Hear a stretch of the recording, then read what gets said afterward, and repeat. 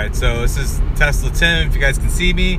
It's our first post here in a long while, and we're actually going live, which I haven't done before. So we're on our way to Chicago, Libertyville, Illinois actually, and we took the Tesla, and I figured I'd guys peek into what it looks like to actually drive a Tesla long distance. I got my wife kind of like, oh, this is going live. Wait for it to go back live again. You're good.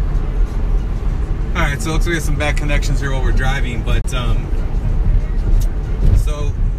on autopilot, it's there's a couple of things that you probably should avoid while you're driving autopilot. From experience, we've had the car for about a year now. One thing you want to avoid is any construction. Don't let autopilot drive you into construction. You've probably seen a couple of videos where a guy had his car on autopilot and it ran into like one of those side partitions. Autopilot's not perfect by any means, so you got to keep an eye on autopilot during construction zones. Take it off autopilot, drive it manual.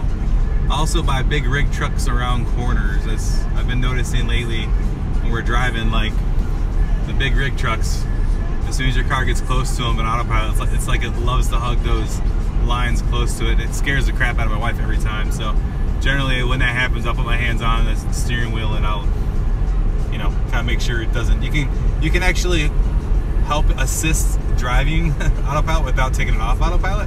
So if it wants to get close to the line, you can kind of like steer it a little bit your way. If you go too far, like this, it takes it off of autopilot now. So now I'm driving myself. It's actually on cruise control still. We're gonna go ahead and re-engage autopilot again.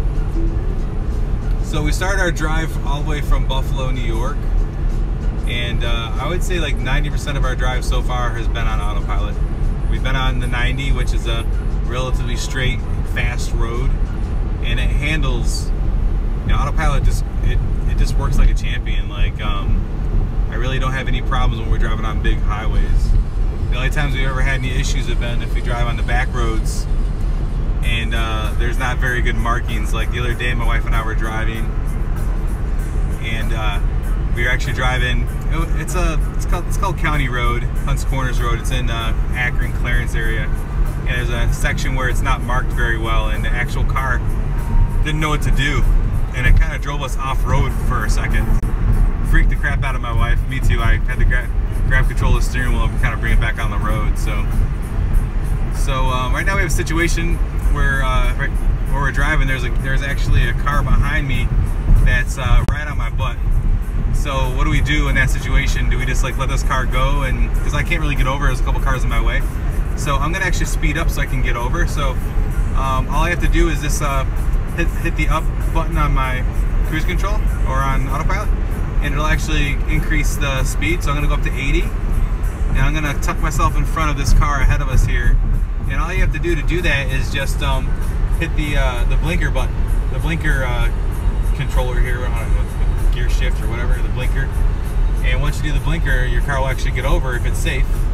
The car will actually look at the dotted lines, and if there's dotted lines, it'll get over. If it was a solid line, it wouldn't actually let you get over until there's dotted. So we're going to go ahead and get ahead of this car right here, and then we'll get over. We'll kind of tuck right in there.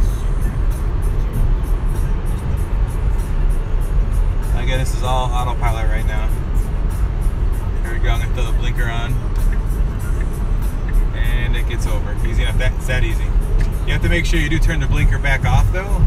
Not that it'll keep on going over, but as soon as it's over, the blinker will just stay on, and you know, everybody behind you will be like annoyed because your blinker's on, you're not turning. So I'm over in this slow lane here behind a truck now. I'm going to get over again, blinker back over again if I can. There we go.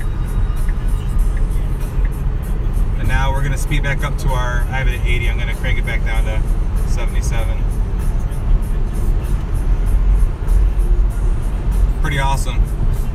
I'm like totally in love with autopilot. It's I wouldn't say it's the main reason that I have a Tesla, but it's right up there. Obviously having a Tesla and being able to charge the car and not have to go to a gas station is pretty awesome. We charge right in our garage. You guys seen our videos where we plug it right into the garage. It's pretty awesome, but I love autopilot. There was a couple times where we had to take this into the shop in Toronto, and they gave us the Kermit, the green Tesla, and it was like an older one without autopilot, and as much as I love driving that car, I didn't like driving it because I love my autopilot. It's just, it makes driving so much more relaxed. Now, if you have a Tesla and you're watching this, let me know how much you like your autopilot. Go ahead and comment down below. That's cool. If your wife likes using autopilot, comment down below too, because my wife does not like using autopilot at all. She won't even use cruise control. On very particular cases, she won't use cruise control. All right, so here we got a semi just kind of cut over. There's a cop right there, and still on autopilot. The car knew the semi got in the way, and it slowed itself down, and we're all good. No worries. It's beautiful.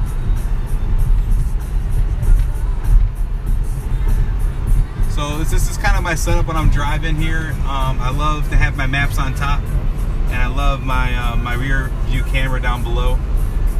On my dash display here, I have obviously if you're doing any kind of GPS from A to B, it's going to be up here in your upper left, so that's going there. It's turn by turn. And then on my right hand side, I switch between my my music, and I also have my energy consumption here as well. So mainly energy consumption. But I mean, what else can I say? That you have all this technology at your fingertips. It's amazing. So if you're not a Tesla owner, they have a lot of cluster stuff up here you can do to control what's going on here. So on this side here, this knob, I can actually turn. You can see up here, I can turn the volume up to my audio, and you can do that kind of similar on other vehicles, but it's kind of neat. It's right here. Let's say I'm streaming actually. I'm streaming. What the heck's it called? It's I think it's called streaming now, but I forget there was a name. I'm actually streaming the internet radio. It's called Slacker actually. So I'm streaming radio right now over the internet that's paid for by Tesla. So we don't pay a dime for the internet connectivity in our car, and we listen to the radio through that, which is really neat. Pretty reliable. On the right hand side, you actually have another little gear up and down you can go. I'm going to get over. There's a guy waiting for me, so they can pass. So on the right hand side, we actually have another gear wheel up and down, and this actually allows us to go through, and we can kind of cycle through what we want to see over here. So if you want a clock, you can do a clock. It's kind of neat. Again, I'm always switching between like my media, so I can see what's playing right now, or my energy consumption. So if you want to comment, if you have a Tesla, you want to comment down below, like what's your setup? What do you have on your display cluster, and what do you drive with mainly on your display here? You know, I'd be interested to hear about that stuff.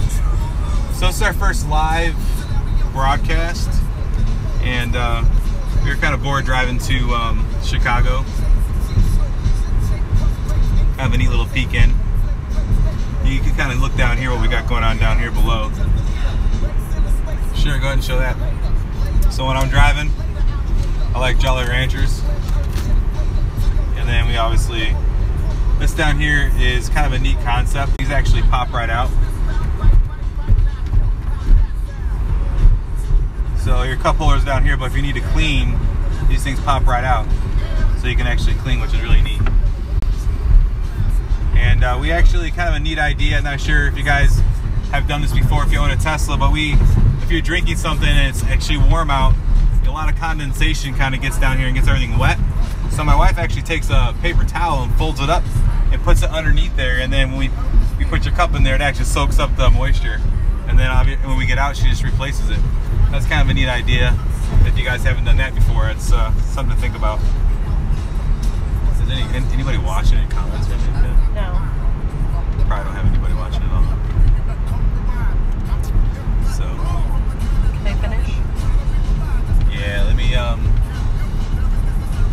probably going to be doing more live videos in the future, and I'm going to be posting more videos on YouTube as well. We've been really busy with my current software company, and with really just enjoying the Tesla itself. I mean, I got roughly around 30,000 miles on this Tesla in about a little over a year, and it's just really enjoyable to drive. We've seen our videos. We've driven back and forth from New York to Arizona, from New York to Florida. We just did a trip to Virginia, Richmond, Virginia in there. And we've been all over, and the supercharging network, it's growing so huge, it makes it so easy to kind of just drive across country so easily. So I'm gonna be, I'm enjoying the car, but I want to throw some more videos out there for you guys that subscribe to my channel. So here's one of many to come.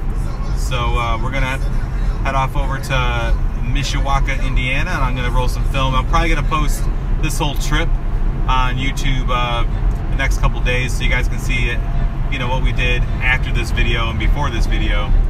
And while we're tooling around Chicago, I'll probably do some videos up there. We might stop by the Tesla store in Chicago as well. All right, guys. Well, I'm gonna sign off now so I can be safe and pay attention to the road. Peace, guys. We'll see you.